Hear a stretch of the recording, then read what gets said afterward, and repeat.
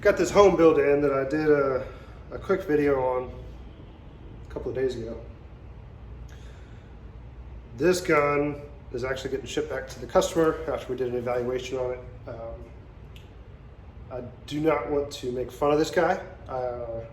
This is actually, for the things that I'm getting ready to point out, the common mistakes, and this is a good example to show people. But he actually did a pretty decent job. There's a couple of things on this gun that are abnormal, if you will. But just a quick overview. Like I said, I'm not making fun of this guy. I'm just taking a video of this guy's gun because it's a good example. Home build, so you got to give the guy credit where credit's due. Where we had some of the odd issues is it looks like JB weld was used to fill in some stuff, especially up here in the nose. That could be fixed. It's not the end of the world, but it does make it a pain in the butt to clean all that, to repair it. So that's kind of the odd thing. Everything else in here, you know, depending on your skill level as a welder, I mean, that's, you kind of get what you get. The main issue with this gun is the length. That's, let me grab my tape measure here.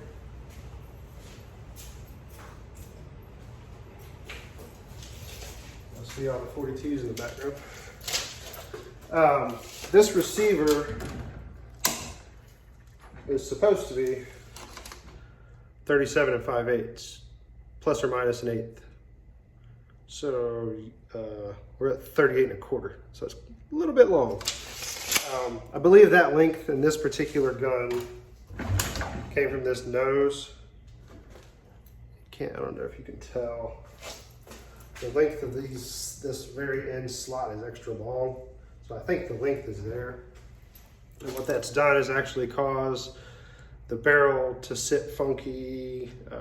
It's caused a lot of issues really, but that could be pretty easily remedied taking the length out of there where it's supposed to. When the barrel is in this gun, I'll stick it in now. I don't know if you can see that. So right here, there's almost a finger gap from the barrel extension to the camming section there. So when, as soon as I push it back, see how it falls into place. And now, here on the other end, we're basically flush when you're supposed to have stick out. So this gun won't cycle correctly because of that. And it's also causing issues with the fire control group, because the barrel is sitting funky and sliding too far forward and all kinds of stuff. The hammer is catching the bolt extra, plus the bolt wasn't, or the hammer wasn't modified. Actually, I take that back. The hammer is slightly modified. Again, I'm not making fun of this guy. I'm just pointing some things out. One of the things that it caused is because the barrel's sitting in a different position, he actually had to cut some of the material away. This is actually what catches the charging handle to charge the gun. So that had to get moved to the rear because the barrel isn't sitting inside the gun right because it's too long. So that would be a no. You don't want to have to do that. So if you're running into that, length, it's important. Another thing that you can see clearance to the backside here. And what that has done is actually weakened this rear portion of this carrier. So if it's not set up correctly, he's gonna break this bolt. That's without a doubt. And this isn't one of the newest versions that has the replaceable rear end on it. So all of that is caused with the length issue here. This particular gun came in for evaluation to see if we could help him repair it. And in order for us to do it, we would basically have to rebuild the whole gun, and he didn't budget for that. So I'm actually just reassembling it to ship it back to the guy. The hammer here, you can see has been modified, but it's not modified correctly. It's probably modified to the way it's set up with our length issue. But your hammer, the thinness of the tail is nice. I mean, you could be a little bit thicker than that, but you want that thickness to carry almost all the way to this edge. You want to leave enough where it'll cock properly. So you'll have a nice beveled, instead of a harsh line like that. You just get nice bevel out. That's usually what we do to clearance them. And basically what you're clearancing, when the hammer's cocked, and you go to fire, that hammer is sitting right inside that bolt. So he's clearanced the inside of the bolt carrier to make up for the length issues we're having with this guy, and then modified the hammer accordingly to this spec, which it doesn't function properly because it's incorrect. So, but just to give you an idea, everybody's asking about how we do the hammers, and there's no hard and fast rule about clearancing the hammers. You're literally just clearancing it. And these guns vary. This particular gun is too long, but some of these guns, we're taking a nose and a shroud and 4 rear sections from 5 different guns and making it one receiver. So your mileage may vary on what you have to clearance here. You can typically check it. Let's put this thing together real quick. That charging handle slot for a home built, I mean, like I said, I'm not bashing this guy's work. It's just an excellent gun for me to do this video on, because of the issues that it does have.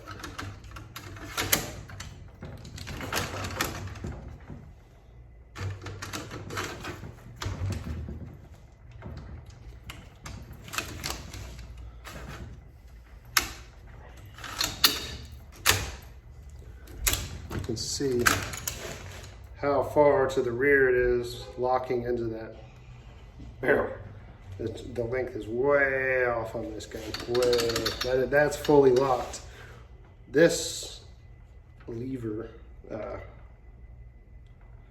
brain fart, can't think of what it's called. Anyways, this stud is usually almost all the way up against the back of your feed tray. So it just goes to show we're too long and it's messed up in several places. Which is why this gun doesn't want to function properly.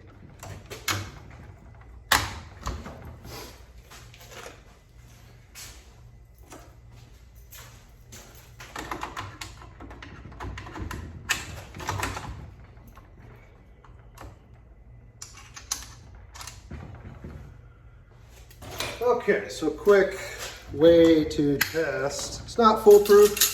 It'll get you close to it, get you in the ballpark. You may still have to do a little bit of clearancing. But an easy function check. Drop the hammer. This one doesn't drop properly. Anyways. Cock the gun, let it slam forward, and reset your trigger. What will happen when this bolt slams forward, the clearancing that he did in the back of this carrier to the hammer, the back of the carrier slaps the hammer, knocks it off the disconnector, and it gives you a full auto scenario. Usually it only does 1 or 2 rounds before it jams and stops, because it's not designed to do that. But what that is just the clearance on that hammer. So you got everybody's mileage is going to vary there. Some might take a little bit, some might take a lot. However, like I said, the whole positioning of a lot of the things on this particular gun are off, so it doesn't function at all.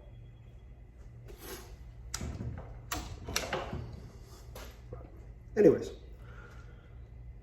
decent gun to do a little quick video on. A couple of the other things, like we would redo the rivets on this, but really a lot of the things that were done on this is more of a skill level thing. You know, like, I don't want to bash this guy's welding skill level. He's not trying to do this as a professional. He's trying to do this as a hobby. So, but some of the things like the JB weld, you know, you don't want to do that for various reasons. It could cover up a crack, you know, it's several different things that you just don't want to use JB Weld.